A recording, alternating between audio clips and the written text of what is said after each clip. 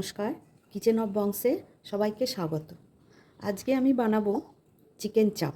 এই চিকেন চাপের জন্য আমি 1 কেজি চিকেন নিয়ে ধুয়ে পরিষ্কার করে এই চিকেনগুলো কেটে কেটে নিচ্ছি। চাপের জন্য মাংসগুলো একটু বড় বড় পিসে নিতে হবে। পরিষ্কার করা মাংসগুলো কেটে কেটে একটা পাত্রে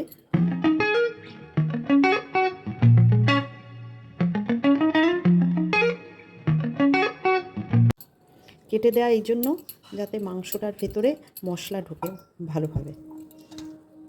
পিসগুলো সব কেটে কেটে নিয়েছি। এবার আমি এটাতে দেওয়ার জন্য ম্যারিনেট করার জন্য মশলাটা করে নেব। মশলা করার জন্য 3 চামচ পোস্ত নিলাম, মশলার জন্য 3 চামচ ভাঙা কাজু নিলাম,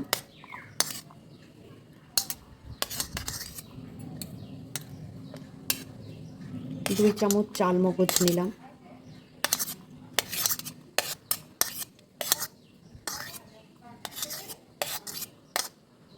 দিয়ে একটুখানি শুকনো একবার একটু মিক্সার গ্রাইন্ডারে পাক দিয়ে নেব। হালকা একটুখানি পেস্ট করে নিলাম জল ছাড়া। এবার বাকিগুলো দেব। কাজু বাদামের দেয়া বলে তার তেলটা দিয়ে এটা একটু এরকম নরম নরম হয়ে গেছে। এবার এতে দিলাম 5টা কাঁচা লঙ্কা, 15 কোয়া রসুন,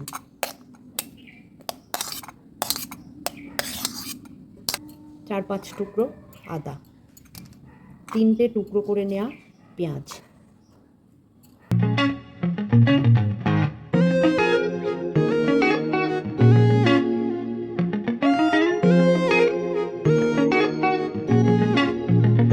এবার এটাতে 4 চামচ টক দই দেবো।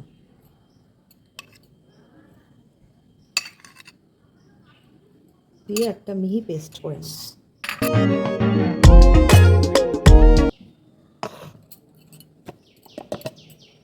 মশলাটা মিহি পেস্ট হয়ে গেছে।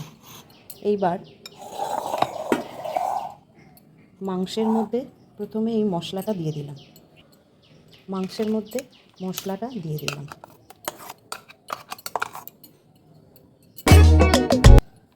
এর মধ্যে আমি 3 চামচ নুন দিলাম, 1 চামচ বিরিয়ানি মশলা দিলাম,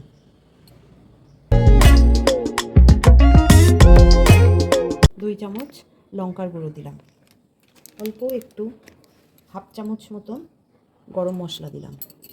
এবার এই মশলাগুলোর সাথে মাংসটা ভালো করে মাখিয়ে নেব। মাংসের কাটা কাটা জায়গাগুলোতেও ভালো করে মাংসটা মাখিয়ে দিতে হবে মশলাটা, যাতে মশলাটা মাংসর ভেতর ভালো করে ঢোকে।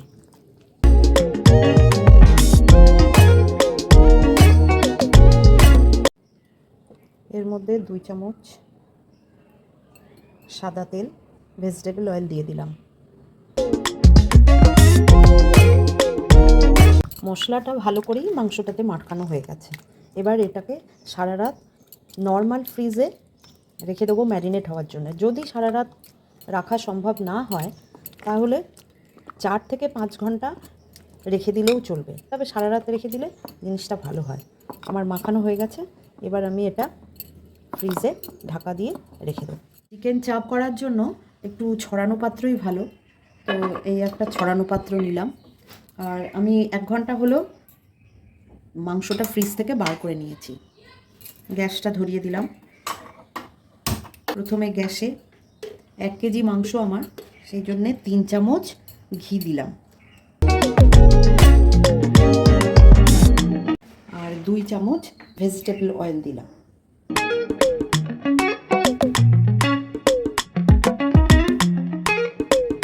তেলটা গরম হয়ে গেলে মাংসটা দিয়ে দেবো। তেল গরম হয়ে গেছে। এবার আমি মাংসের টুকরোগুলো একটা করে এর মধ্যে দিয়ে দিচ্ছি।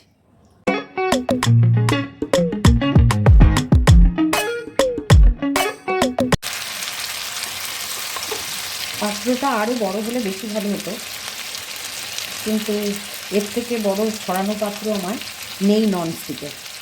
ননস্টিক না হলেও হতো, এবং গ্যাসের জোরটা যখন এটা ভাজবো, গ্যাসের জোরটা লোতে দিয়েই ভাজবো।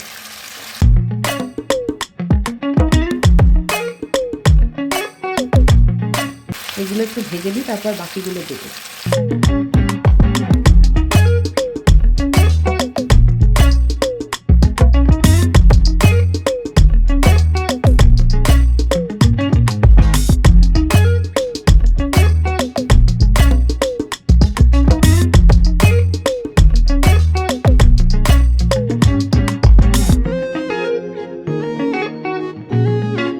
এই পিসগুলো ভাজা হয়ে গেছে, এগুলো এবার একটু তুলে নিয়ে তার বাকিগুলো দেবো, নাহলে বাকিগুলো করা যাবে না।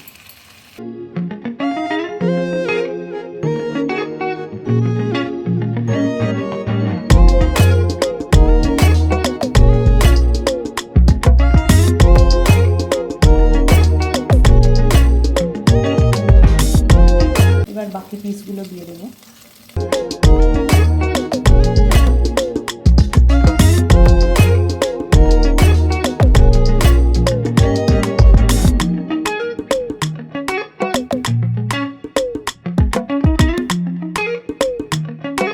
এই পিসগুলো প্রায় ভাজা হওয়ার মতন হয়ে গেল। এবার বাকি পিসগুলো এর মধ্যে দিয়ে দেবো।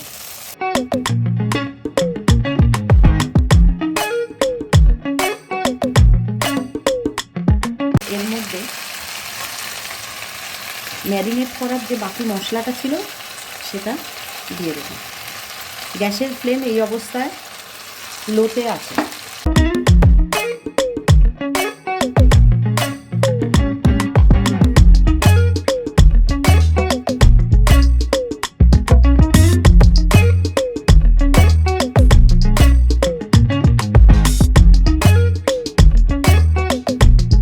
এই অবস্থায় আমি ঢাকা দিয়ে রাখলাম। ঢাকা দিয়ে মিনিট 10 রান্না করব মিডিয়াম ফ্লেমে। 10 মিনিট বাদে ঢাকনাটা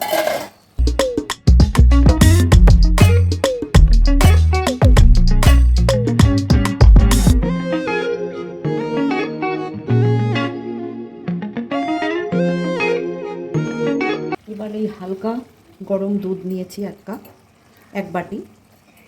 এই দুধের মধ্যে একটু কেশর দেওয়ার কথা, কিন্তু এই মুহূর্তে আমার কাছে কেশর নেই, সেই জন্য দুধে অল্প একটু হলুদ মিশিয়ে দিলাম আর একটুখানি গোলাপ জল মিশিয়ে দিলাম। দিয়ে এইটা এবার এর মধ্যে দিয়ে দেবো। কিন্তু দিয়ে দেওয়ার আগে আমি এটা একটু গুলিয়ে নিলাম,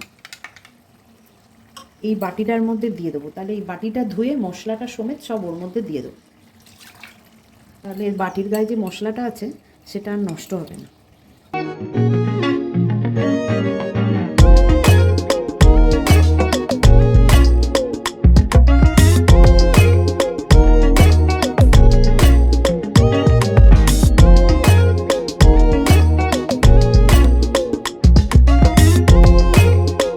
এইভাবে মিডিয়াম ফ্লেমে আমি আরও 5 থেকে 7 মিনিট ঢাকা দিয়ে রান্নাটা হতে দেব।